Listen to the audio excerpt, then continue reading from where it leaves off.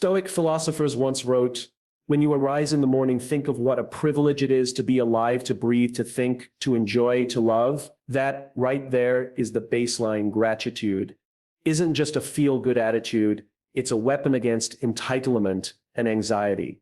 It brings you out of your head, into the moment. See, most people roll out of bed and fall straight into autopilot. Notifications, noise, mental clutter. They're reacting before they've even returned to themselves. And the truth is, if you don't direct your attention first thing in the morning, the world will do it for you.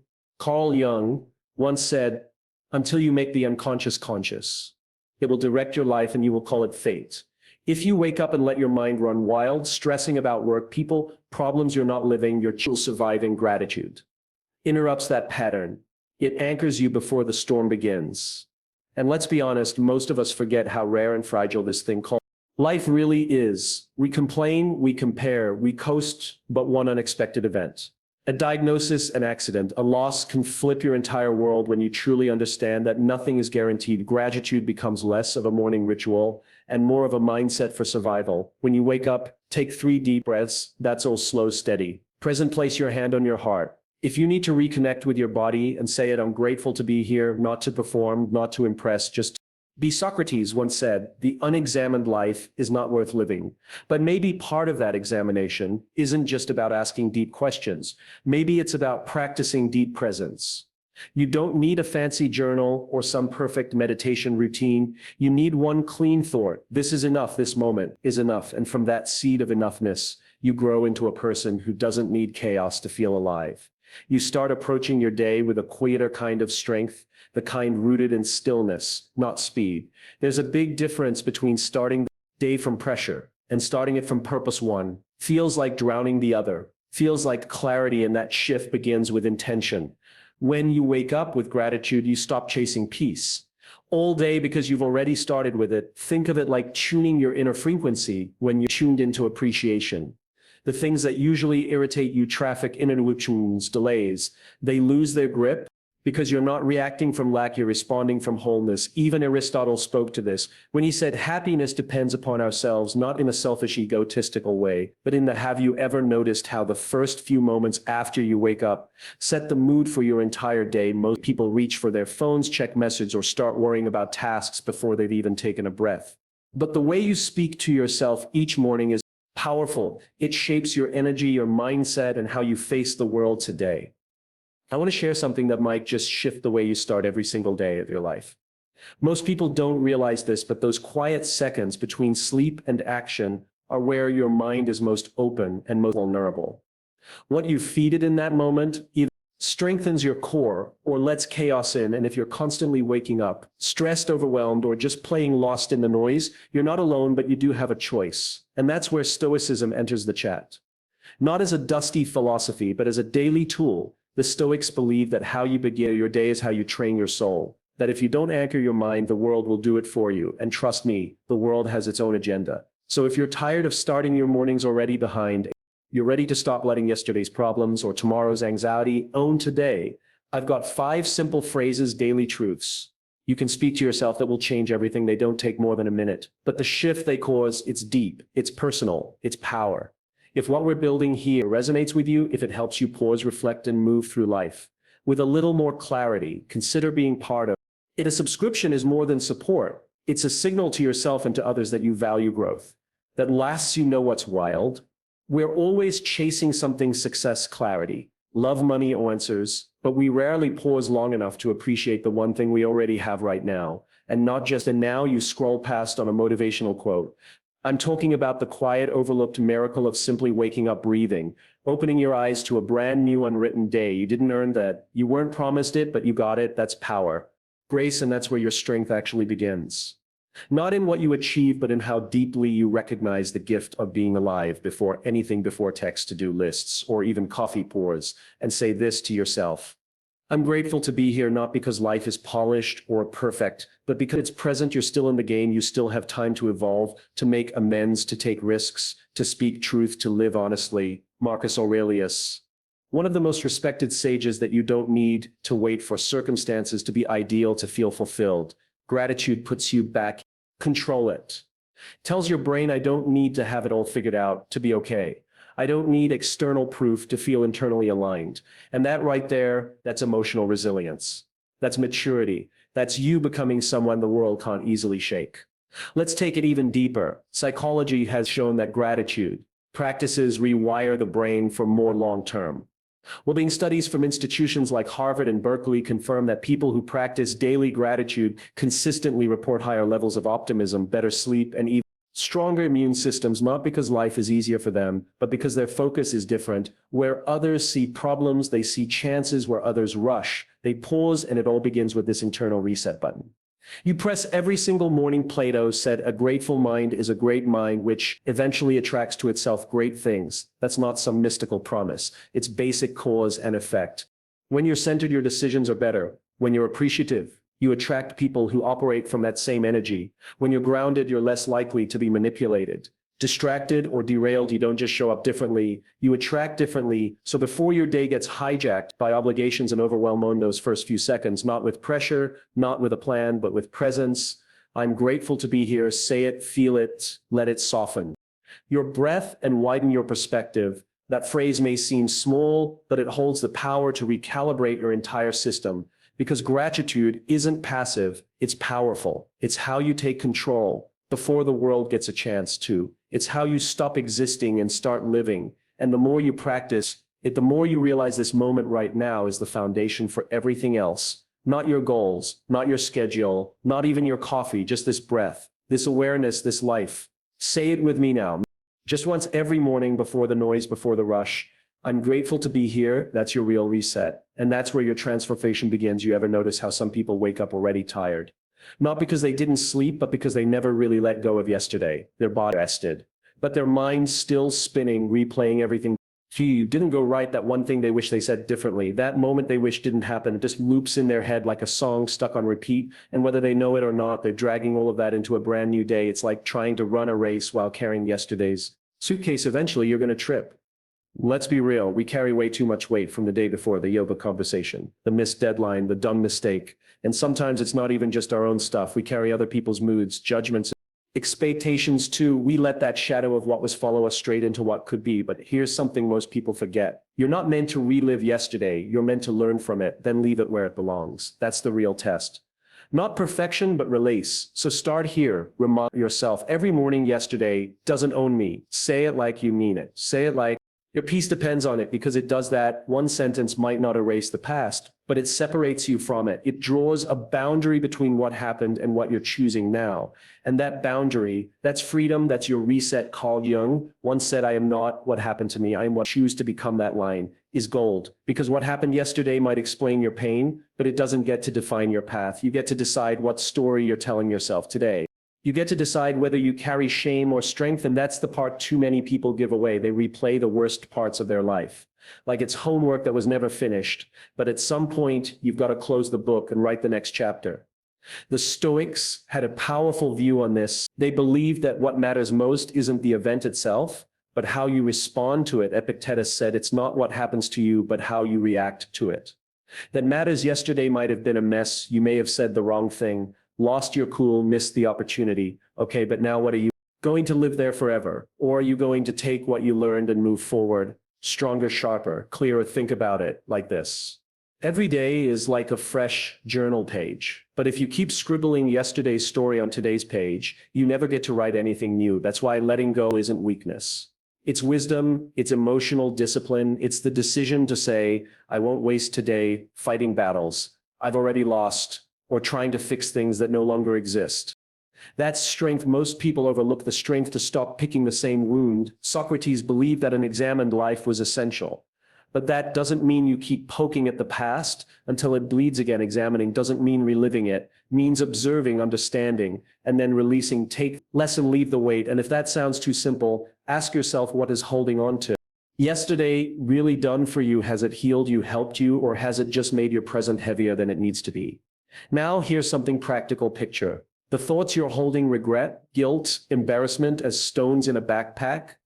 Every morning before you get out of bed, close your eyes, imagine taking that backpack off, literally visualize it sliding off your shoulders and hitting the floor. Feel your body relax. Let that visual become a ritual, because when you let go physically, Mentally, your nervous system gets the message we're safe, we're free, we're starting clean. Aristotle taught that habit is what forms character. So what if you made this letting go process a habit, not a one-time thing, but a muscle? You flex every day. The more you practice release, the easier it gets to separate your identity from your old wounds. You stop being the person who's always messing up or always behind, and you start being the person who recovers fast, forgives quicker, and chooses peace on purpose. And it's not just about big moments either. Sometimes we carry tiny things we didn't even realize were weighing us down. The tone in someone's text, the thing we overheard, the passive-aggressive comment that got under our skin, little stuff that builds up until we don't even know why we're so tense. That's why this practice matters daily. Not just when you've had a meltdown, but every morning check and clear out. There's a quote often attributed to Plato: the beginning is the most important part of the work. And it's true. If you begin your day carrying the past, your actions, your words, your choices, they're all filtered through that residue. But if you begin with presence and release, you get clarity, you get power. You don't bring the noise of yesterday into today's silence. So here's the move. Stop treating every day like it's a continuation of your worst memory. That's not fair to you. That's not fair to your growth yesterday. Today is yours, and you owe it to yourself to show up fully. Not halfway, not haunted, not on autopilot. Say it again with me: yesterday doesn't own me. That's not denial, that's direction. That's you choosing healing over hurt. That's you remembering that your future isn't built on the debris of your past. It's built on the choices you make now. So choose presence, choose peace, choose to drop the weight, and then go live like you mean it. It's easy to feel like life is spinning out of control these days. One moment, sipping coffee, the next. You're drowning in text, news updates, messages, meetings, and then come the thoughts fast. Noisy, demanding your attention. It's like your mind opens its own app and starts launching tabs you never clicked on before. You know it, you're not thinking, you're being thought, you're reacting, you're chasing every feeling, every worry, every what if. If it's exhausting, and it's a trap. The Stoics saw this coming centuries ago. They knew that the chaos outside isn't nearly as dangerous as the chaos inside. That's why they trained daily to master their minds before the world could. Marcus Aurelius said, you have power over your mind, not outside events. Realize this, and you will find strength of that. Right there is the core of all personal power. Not in controlling others, not in controlling every outcome, but in controlling the only thing you ever really could, your response. And that's where morning comes in. Before the world wakes up and starts screaming, there's this tiny window of silence. A pause, and what you do in that pause sets the tone for everything. So here's your anchor. Say this to yourself: I control my mind. Say it before your phone, before your tasks, before your thoughts start spinning. Say it with your whole chest, because when you claim that truth early, you build a shield that lasts all day. Carl Jung once wrote, who looks outside dreams, who looks inside awakes. That's not just poetry, it's a blueprint. Most people go through their day completely outward focused, pulled by noise, comparison, ego, status. But the moment you shift your gaze inward, even for 60 seconds, you start to wake up. You realize that not every emotion is true. Not every thought deserves your attention. Your mind might be busy, but you don't have to be. Here's something simple. You can try first thing in the morning. Just sit still 1 minute. Nothing fancy, no music, no scrolling, just you and your breath. Inhale, slowly, exhale, slower. And as the thoughts come, and they will let them pass like clouds. Don't grab onto them, don't judge them. Just breathe that space between stimulus and response. That's where your power lives. That's where you remember, I am not my thoughts, I'm the one watching them play. Believe that the first and greatest victory is to conquer yourself, not your job, not your schedule, not your inbox, yourself. And that victory starts in your head every time you catch yourself spiraling, overthinking, reacting. You've got a choice. Will you let your mind drag you, or will you direct it? Will you be the driver or just the passenger? And look, this isn't about becoming some monk on a mountain. It's about practical control in a loud world. It's about choosing your mood instead of being hijacked by it. You don't have to answer every call. You don't have to feed every fear. You don't have to let every little inconvenience ruin your peace. Peace isn't passive, it's a decision. And the more you decide to claim it, the more natural it becomes. Socrates once said, the secret of change is to focus all of your energy, not on fighting the old, but on building the new. And the new starts with you saying, this is the direction I'm moving in. This is the tone I'm setting. This is the mindset I choose. Because your mindset isn't something you inherit. It's something you train. In psychology backs this up. Neuroscience tells us that your brain isn't fixed.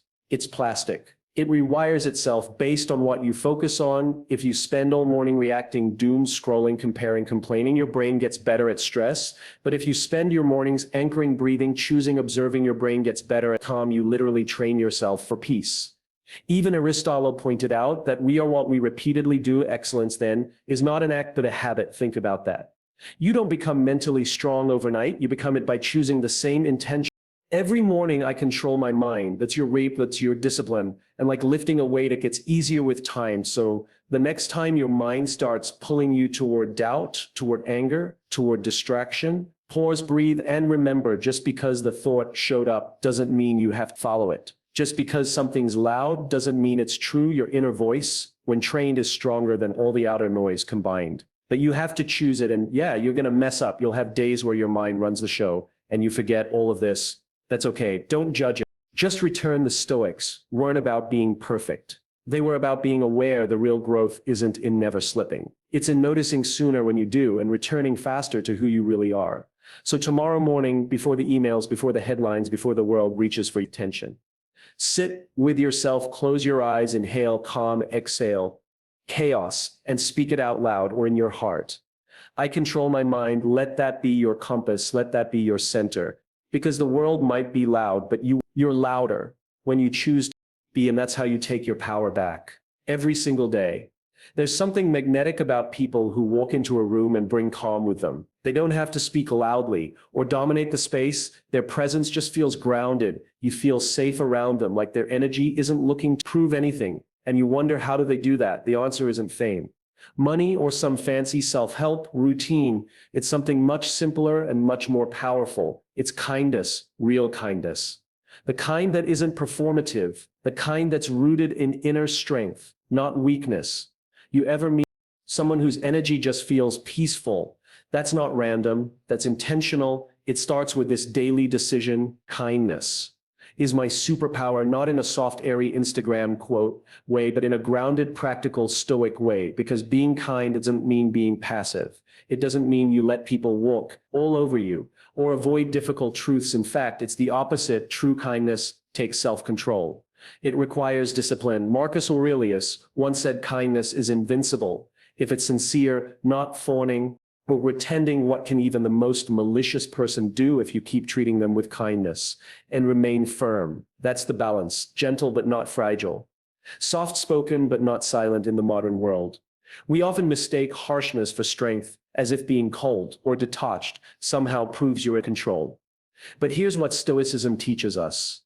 The strongest person isn't the one who controls others. It's the one who controls themselves. Kindness is a form of self-mastery. It means you've developed enough awareness to pause before reacting, enough humility to listen before judging, and enough courage to extend grace even when it's not deserved. Carl Jung said, knowing your own darkness is the best method for dealing with the darkness of other people. That hits hard, doesn't it? Because we all have that inner storm, the insecurities, the pain, the fear, and when we see it in others, we often forget they're battling their own version of what we're dealing with. Kindness bridge that gap. It's not about being overly positive or pretending everything's okay. It's about choosing to see the humanity in people, even when it's buried under layers of defensiveness or anger. Start your day with that mindset and you'll feel the shift. You'll speak softer, not because you're weak, but because you don't need to shout to be heard. You'll react slower, not because you're indifferent, but because you value peace more than being right. And you'll lead with patience. Not because you don't care, but because you understand that transformation takes time, yours and everyone else's. Socrates once said, be kind, for everyone you meet is fighting a hard battle. And he wasn't being poetic. He was being real. Most of the pain people project has nothing to do with you. It's their own stuff, their own wounds, their own unresolved stories. When you operate from that awareness, you don't take things so personally. You start to see beyond the surface, that rude comment, fear, that passive aggression, insecurity, that silence, probably pain. Kindness doesn't mean excusing bad behavior, but it does mean responding with clarity instead of ego. And here's where it gets even more practical. Visualize one kind thing you'll do today. Seriously, pick something right now. Maybe it's complimenting someone who seems down. Maybe it's pausing to really listen when someone speaks. Maybe it's texting a friend just to say you're thinking of them. Doesn't matter how small it is. It adds up. That one acting might be the only good thing. Someone's experiences today, and the wild part, it will probably do more for you than it does for them, because every kind action reinforces your identity as someone who leads with intention, not impulse. Plato believed that excellence is not an act, but a habit. Kindness, it's not about waiting until you're in a perfect mood or until someone deserves it. It's about choosing who you want to be on purpose, making it a practice, repeating it until it becomes your nature. And when it becomes your nature, your presence shifts. You no longer enter rooms trying to get something. You show up to offer something that's a different kind of power, a deeper kind. And yes, people might misunderstand you. They might mistake your patience for passivity, your calm for disinterest. But here's the key. You're not doing it for them. You're doing it because it aligns with your values. You're doing it because it reflects the person you're building, and the truth is nothing builds long-term. Influence like consistent kindness, not charm, not intellect, not hustle kindness. The Stoics weren't soft. They were warriors of the mind. They faced hardship, betrayal, loss, and still believed in leading with virtue. To them, kindness wasn't an accessory. It was core. It was the foundation of a life well lived. And when you understand that, you stop looking for applause. You stop trying to prove your worth. You just live it quietly, consistently, completely. So tomorrow morning, before you get swept into the day, pause, center yourself, and remind your mind kindness is my superpower, not because you need people to like you, but because it's who you choose to be. Then go out there and live like someone who's not afraid to be good. Not fake good, strong good. That's what leaves a mark. That's what rewrites the energy of a room. And more often than not, that's what ends up changing people, starting with you. You ever blinked and realized an entire week just flew by, not in a poetic life, I used to be beautiful kind of way, but in a slightly disorienting, where did the time go kind of way? 1 minute you're sipping your morning coffee, and the next you're buried under a mountain of notifications, meetings, and responsibilities you barely remember agreeing to. It's like the day ran away without asking permission, and you're stuck trying to catch up. That's modern life for most of us. Fast, loud, demanding. But here's something that through all that noise like a blade, everything is temporary, and that truth isn't meant to scare you. It's meant to wake you up. The stress temporary, the pressure temporary, even the joy, the peace, the good stuff. It too is passing. That's what makes it precious. The Stoics understood this better than anyone. They practiced what's called memento mori, a daily reminder. Mortality, not to be dark or depressing, but to be aware. Because when you realize nothing is guaranteed, not tomorrow, not even the next hour, you start treating the present moment with more respect. Plato once said, time is the moving image of eternity. That hits differently when you think about how little of it we actually use well. So much of our time is spent either regretting the past or worrying about the future. We rarely just are, but presence is a skill, a discipline, something you have to train. Just like your body, your mind, or your patience, Carl Jung believed that the ability to be in the present moment is a major component of mental wellness. And it takes sense, doesn't it? Most of our anxiety lives in the future. Most of our sorrow lives in the past. The present, that's where your feet actually are. That's where the breath lives. That's where power exists. But we're so distracted, we miss it. We miss the sunlight streaming through the window, the taste of our breakfast, the way the air feels right before a rainstorm. These small moments, overlooked by many, are everything. So here's your reminder. Say it to yourself like you mean it. This moment is all I have, so I'm going to enjoy it, not tomorrow, not later. Now, this cup of coffee, this quiet space before the kids, wake up, this conversation you're having with a friend, where for once nobody's checking their phone. Life isn't waiting to start. It's happening right now, and if you're not fully in it, you're not just missing time. You're missing your life. Aristotle talked about eudaimonia, the idea of flourishing, living a good, meaningful life. He didn't tie that to some distant goal or external success. He tied it to virtue in action, how you live each moment, how you show up with integrity, awareness, and intention. Enjoying the present doesn't mean ignoring your responsibilities. It means learning how to fully experience whatever moment you're in. Even the messy ones, let's be honest though. Presence is hard. It's much easier to distract yourself, to stay busy, to always think about what's next. Because sitting still with yourself, that's where the real work begins. The Stoics called this inner stillness ataraxia, a kind of serene calm that isn't shaken by the outside world. And one of the fastest ways to tap into that calm is to slow down and notice the moment you're in, whether it's brushing your teeth or watching the wind move through the trees. Let yourself be there. And look, this isn't about pretending life isn't stressful. It absolutely is. The world will continue to move fast. People will continue to pull at your time and energy, but when you Practice presence. You stop giving your power away. You stop being ruled by urgency, and instead you choose clarity. Seneca wrote, true happiness is to enjoy the present without anxious dependence upon the future. That's it. Not just surviving, but enjoying, and enjoyment doesn't have to be loud or dramatic. It can be found in stillness, in quiet appreciation, in the pause between things. So tomorrow, or even right now, as you're reading this pause, take one deep breath, feel it travel through your chest. Notice where your feet are noticed. What you hear, smell, taste, touch.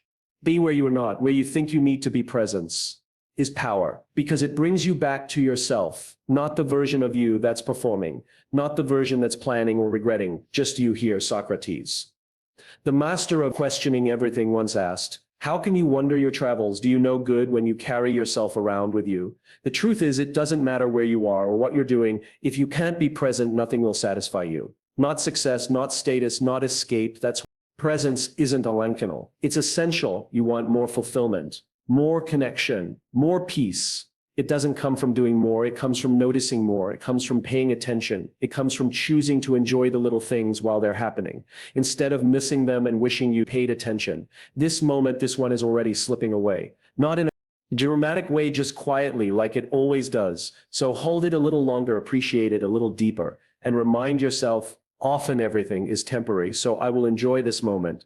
That mindset doesn't just slow down time, it stretches, it makes it richer, more meaningful, and over time you begin to realize this moment was never small. It was everything you just needed to notice. So as you move through today, whatever it holds, carry this truth with you. Peace isn't found in the next moment. It's found in this one right here, right now. If this spoke to something in you, there's another video waiting for you on screen that dives even deeper into building a life rooted in stillness, clarity, and inner strength. I think you'll find it powerful. Thank you for being here and for being a part of Stoic Journal.